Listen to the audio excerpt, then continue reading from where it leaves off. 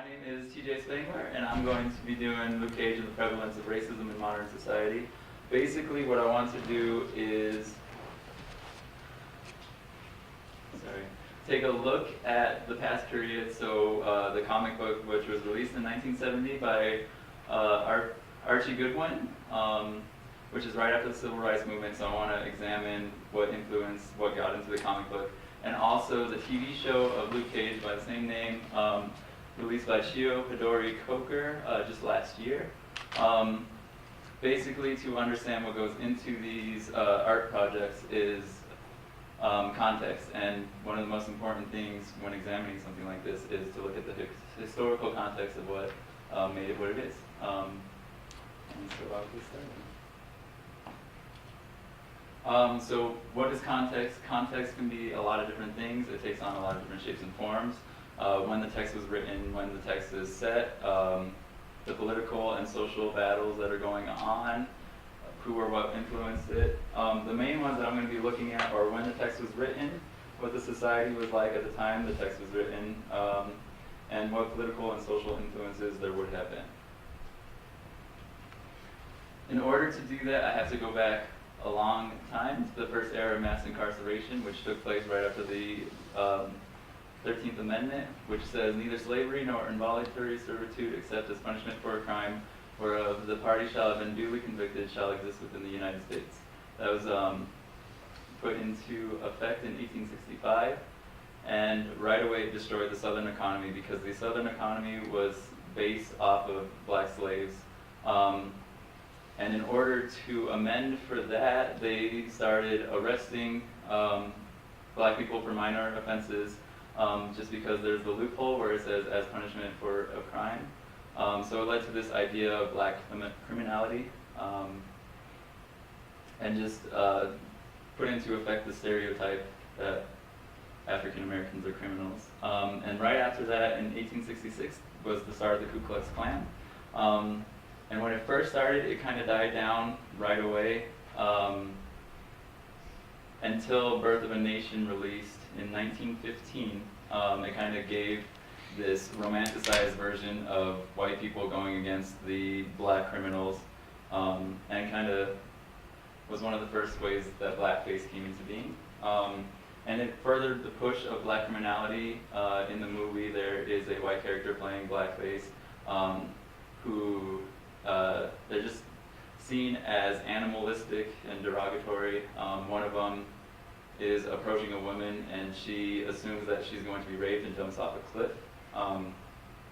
And also in Birth of a Nation is the first time we see the burning cross as a sign of the Ku Klux Klan. Before the movie, it had never been seen before in history, but the director of the movie thought it just added to the film and helped romanticize it, which is a true life example of life imitating art.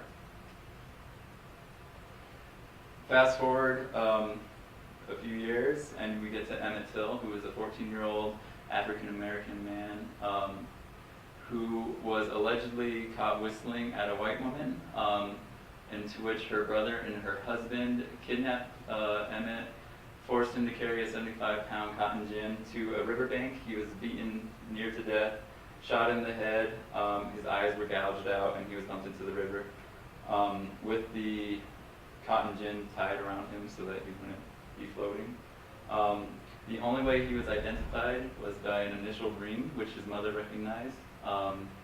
They decided to have an open casket funeral, which 100,000 people attended, and this picture here was published on the cover of Jet magazine, and is kind of how it got broad spread by the media. And it helped fuel the civil rights movement, which started about 1960.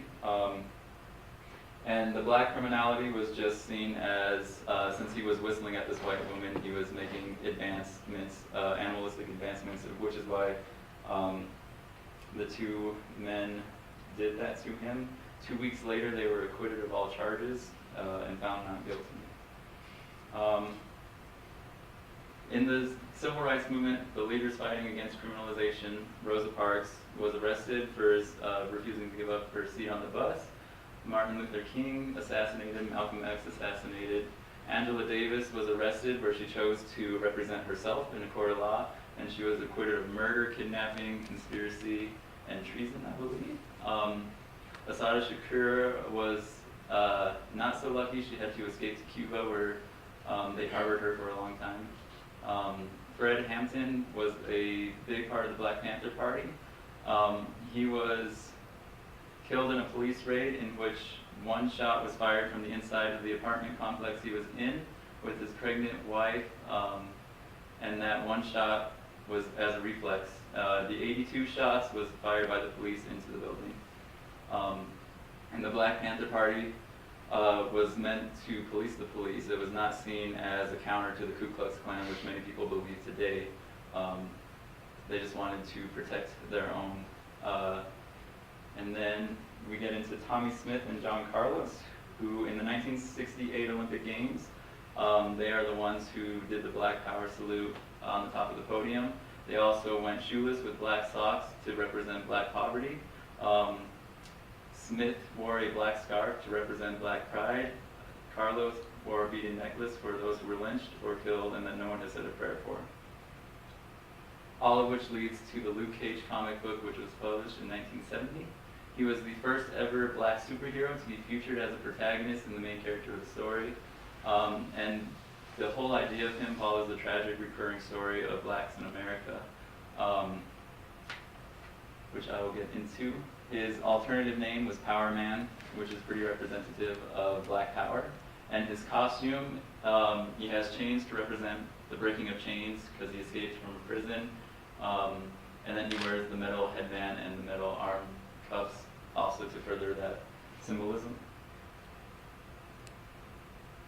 The tragic story that he follows is his name was actually Carl Lucas. He was arrested after one of his friends planted heroin in his apartment and then called the cops,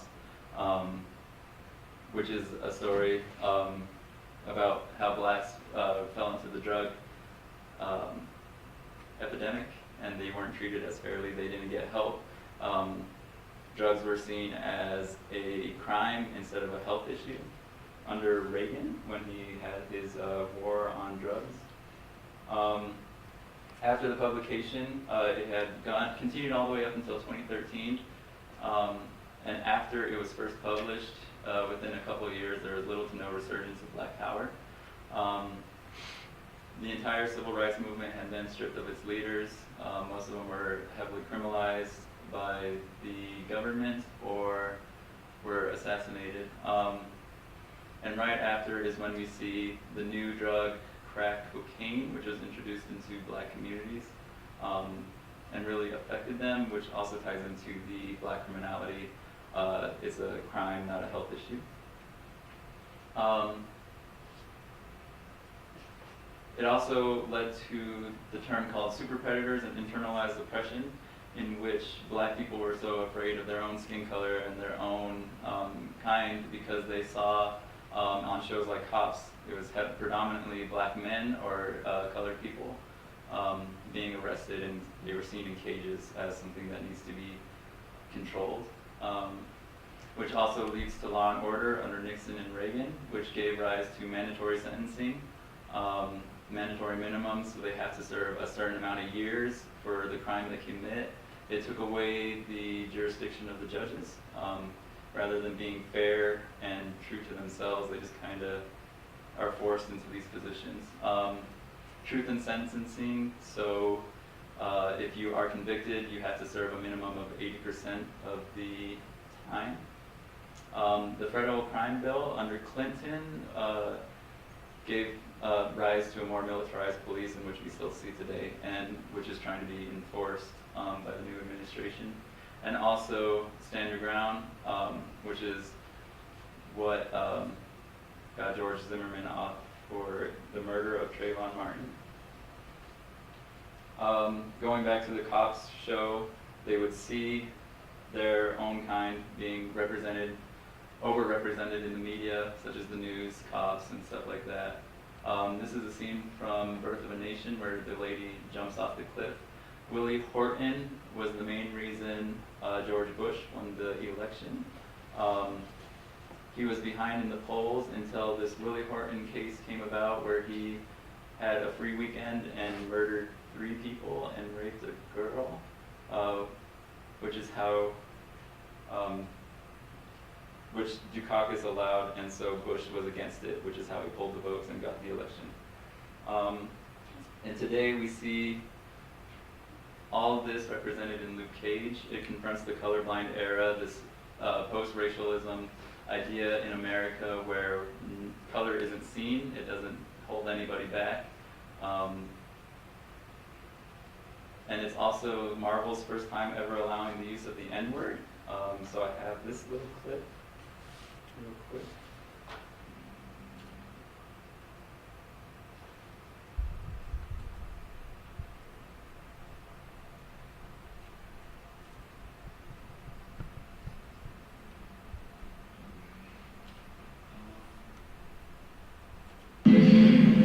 I've had a long day. I'm tired. But I'm not tired enough to ever let nobody call me that word. You see a nigga standing in front of you? Across the street from a building named after one of our greatest heroes? Yeah, a dead one. You even know who Christmas Maddox was? A free black man. The first man to die for what became America. He could have acted scared when those Brits raised their guns. Blended in the crowd. He stepped up. He paid with his life. But he started something. That's what Pop did. Not me. I laid in the cut until he stepped up. And it cost him his life too. I ain't laying back no more. You wanna shoot me? Do it. Pull the trigger, nigga. I ain't got all night.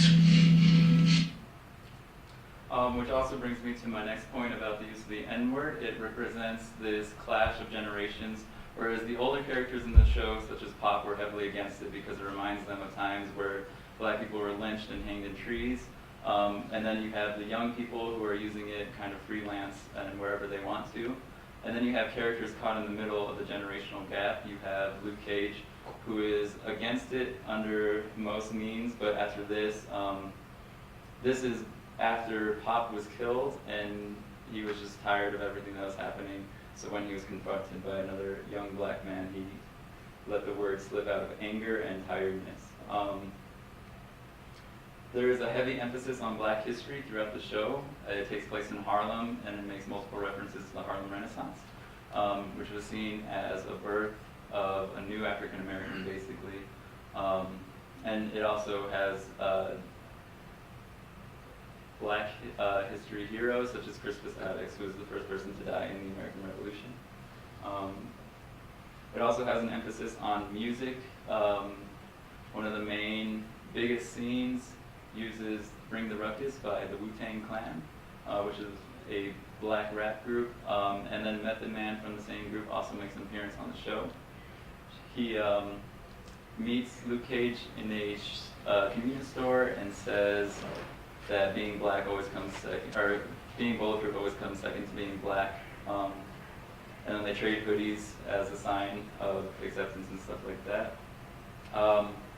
Also, in the new Luke Cage, after Luke is sent to prison for being framed for having heroin, his father disowns him, and they still never speak to each other even after Luke Cage escapes.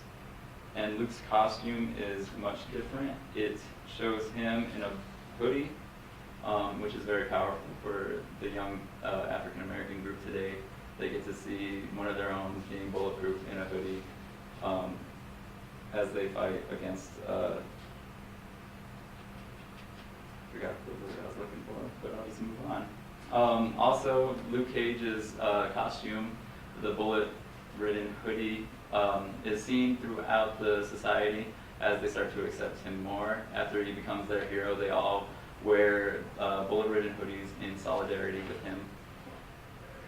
And cell phones and police dash cams are used a lot in the show. It kind of represents this new era that we're in, where we don't get news directly from Fox or something like that, we can go on Facebook and we get the news there. And we can just share anything that happens, like Philando Castile when his girlfriend and in the aftermath of his shooting. We also see examples of internalized oppression and fit the description of ideas behind the police. After Luke Cage is framed again for the murder of a police officer, the antagonist walks away and declares he's Luke Cage, and after that, the police start terrorizing the black community. They have shakedowns, stop and frisk for every black person that they see, which includes arresting a young teenager because other people claim that they know each other. When they get back to interrogate him, the cop loses it and beats him half to death. It also kind of represents this idea that black people have to take things for themselves. So Luke Cage, at a funeral for Pop, he says, "I don't believe in Harlem, I believe the people who make Harlem what it is," in which he's saying that African Americans need to help better themselves and better each other, not just rely on the communities that they're in. And that's seen in The Death of Pop with the political battle between the antagonist and the protagonist. And there's a lot of references to the system being broken. In fact, in the TV show adaptation, Luke Cage was a police officer before he was arrested. And ever since he was arrested under false grounds, he had no faith in the system, and that's a recurring theme throughout. One of the perspectives that gets told in Luke Cage is through Claire Temple and Misty Night. African American women specifically usually don't get the screen time that everybody else gets. I think they make up 3% of the Actors Guild. Claire Temple shows this cunning, skilled, and intelligent, superpowerless superhero. She's a nurse, and she's the one that helps Luke Cage after he gets shot. And then Misty Night is a police officer, a detective actually. She could have done anything, but after she went out with a friend and her friend was raped, she just dedicated her life to justice. And there's a whole episode dedicated to these two, which is something that does not usually happen. There's sympathy for both sides. Luke shields the police officer after they stop him, and he pulls his gun. He protects him by covering with his bulletproof body. After he's about to confront the antagonist of the story, a policeman stops Luke and says that there are people still rooting for him and lets him go even though he's held at gunpoint. And Misty Night as a character just represents it because she talks about how police officers aren't wanted until they're needed. She says she stalks justice even though most people don't want her to be there. I included some examples from Get Out just because I wanted to demonstrate that the media is reflecting all across. It's not just one TV show. So further use of phones kind of to bring out the truth can be seen.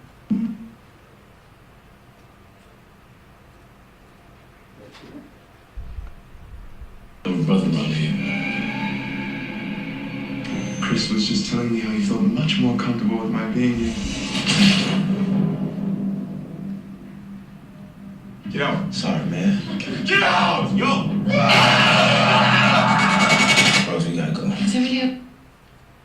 So in that, he takes a picture and his real identity comes out. He's trying to warn him to leave, to get away, because this family is hypnotizing and taking over the bodies of these black people. They have varying perspectives of the black character. His best friend is a TSA agent, and he doesn't trust white people at all. He tries to convince him not to go to her family's house and stuff like that. And then there's a heavy emphasis on eyes. In almost every shot, you see his eyes wide, and there's a heavy emphasis on the movement that it has. Just because, and then at the end, one of the blind people wants to take over his body because he wants to see the world through his eyes. And then at the end, when a police officer pulls over and sees them, even though he's the victim, the police officer already assumes that the police officer is there for him and gets out and throws his hands in the air. And I just wanted to dedicate this. There were 963 fatal police shootings in 2016. These are some of the victims: Philando Castile, Alton Sterling, Terrence Crutcher. And history is repeating itself again. We see it today, and it's up to us to make a change and to stop it. And that is my presentation.